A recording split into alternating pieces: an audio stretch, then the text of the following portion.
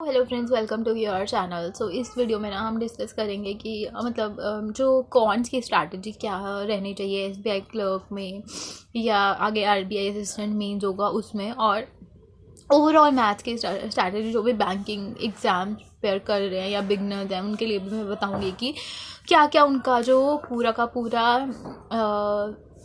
रहना चाहिए इसको लेके प्रॉस्पेक्ट, मतलब कि कैसे कैसे उनको करना चाहिए। बिकॉज यार मैं ऐसी स्टूडेंट हूँ ना, मैं ऐसी हूँ कि मेरा भी क्वांट्स बहुत लोगों की तरह बहुत लोगों का स्ट्रॉन्ग भी होता है और बहुत लोगों का वीक भी वो सब्जेक्ट होता है, और मैं उनमें से थी।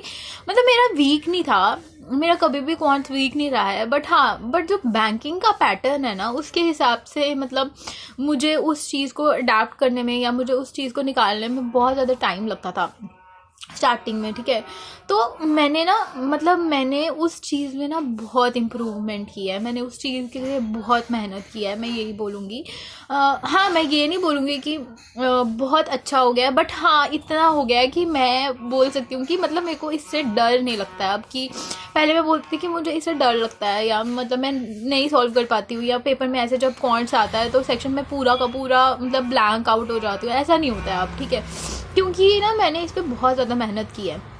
तो मैं आपको वो स्टेप्स बताऊंगी, ठीक है।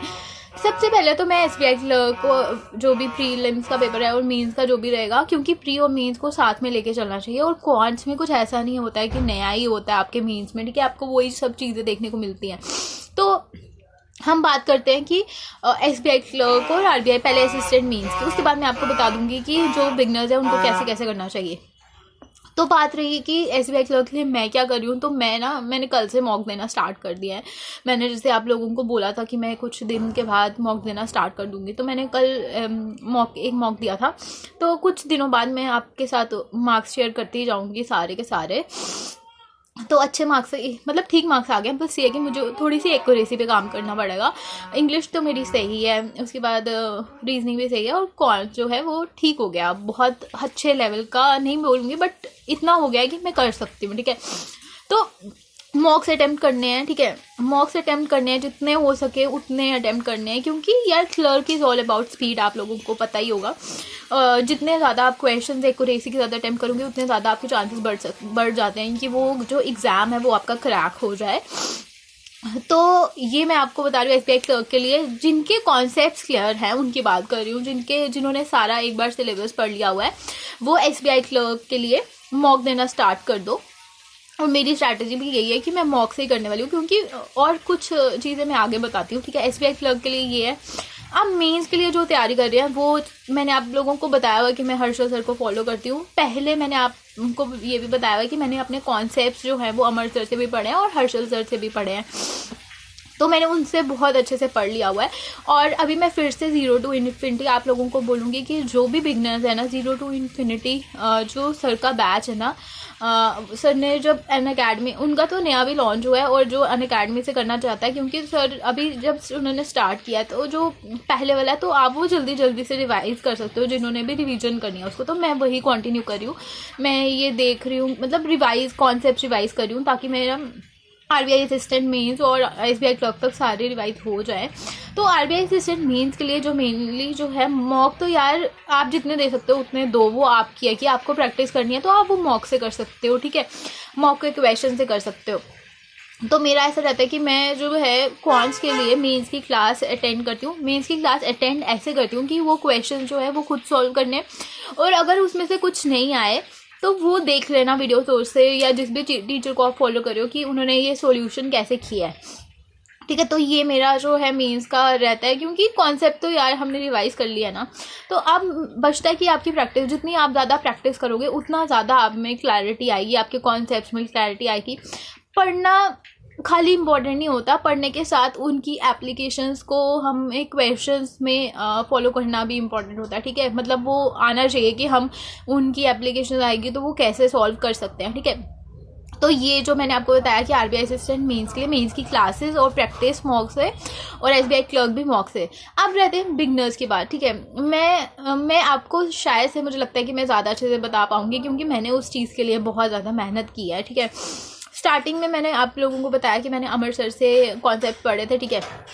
उसके बाद मैंने हर्षद सर को फॉलो किया उनके मेंस के कंटेंट के लिए, और उनके जो पढ़ाने का तरीका है वेरिएबल बेस्ड, ठीक है, वो सब चीज़ें, क्योंकि पेपर एग्ज़ाम वैसे ही आता है। तो मैंने उनको, किसी ने मुझे सजेस्ट किया था तो मैंने उनको फॉलो किया और मुझे बहुत अच्छे लगे। इस वजह से मैं आप लोगों को भी बोलती हूँ कि एक बार उनको फॉलो करके देखो, अगर नहीं समझ में आएगा तो चेंज कर देना, बट मेरे कहने पर एक बार उनको फॉलो करो, वो बहुत अच्छा पढ़ाते हैं, ठीक है। तो मैंने उनसे कंसेप्ट शेयर किए, और मैं आपको बता रही हूँ कि 0 to इन्फिनिटी करना इंपॉर्टेंट है। क्यों? क्योंकि वो बेसिक कॉन्सेप्ट है, उसमें नंबर सिस्टम, क्वाड्रेटिक इक्वेशन, उसके बाद जितने भी कॉन्सेप्ट है वो सब सर ने पढ़ाया हुआ है, वो बहुत अच्छा पढ़ाया हुआ है, ठीक है। वो समझ किसी को भी आ जाएगा अगर वो अच्छे से पढ़ेगा। और जब आपके कॉन्सेप्ट्स क्लियर हो जाते हैं, मतलब मैं यही बोलूँगी कि कॉन्सेप्ट्स क्लियर करना बहुत ज़्यादा इंपॉर्टेंट है, क्योंकि ना यार मेंस और प्री में कुछ डिफरेंट नहीं होता है।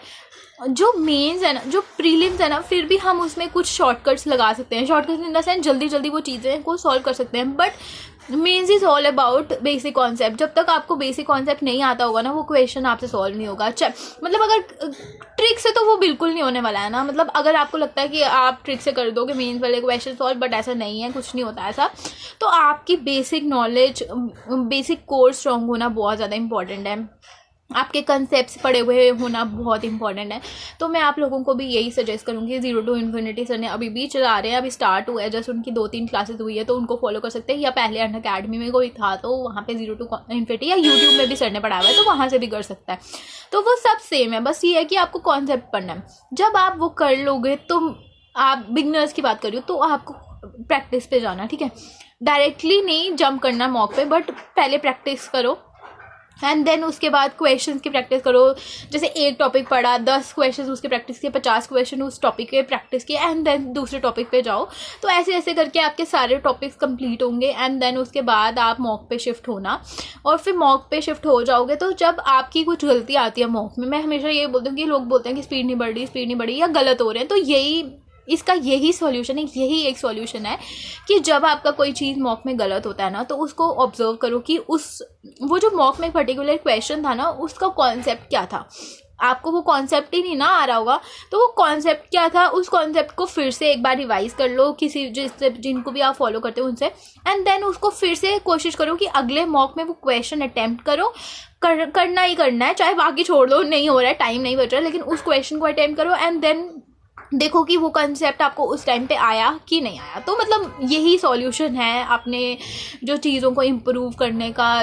एनालाइज करो और उसको इम्प्रूव करो, यही सॉल्यूशन है इस चीज़ का। और क्वांट्स में मैं यही बोलूँगी, प्रैक्टिस, जितनी प्रैक्टिस कर सकते हो ना उतनी करो। क्वांट से जितना दूर भागोगे ना, जिनका भी फोबिया है क्वांट, वो उतना आपको डराएगा। मैं हमेशा आप लोगों को यही सजेस्ट करती हूँ कि जो चीज़ आपको लगता है ना आपकी वीक है, उस पर बहुत मेहनत करो, उस पर बहुत, मतलब इतनी मेहनत करो कि आपको ना वो सब्जेक्ट डराए ना, आगे जाके पेपर में ना डराए। क्योंकि मुझे याद है आज भी, जब मैंने RRB PO का अपना फर्स्ट मेंस दिया था ना, तो मैं पूरा ब्लैंक आउट हो गई थी, मुझसे एक क्वेश्चन नहीं हिला था उस पेपर में। और RRB क्लर्क के पेपर में भी सेम हुआ था मेरे साथ, जब मैंने मेंस उसका मतलब फर्स्ट टाइम दिया था। तो मैं आप लोगों को बोलूँगी कि ये सब चीज़ें दूर हो जाएंगी जब आपका कॉन्फिडेंस आपके साथ होगा, और आपने पढ़ा हुआ अच्छे से होगा, और आपने प्रैक्टिस अच्छे से की होगी।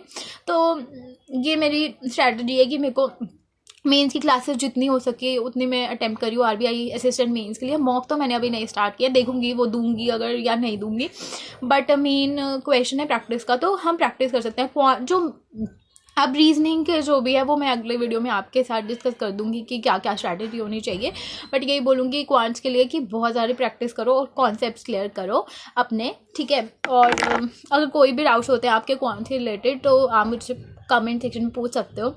So thank you for watching.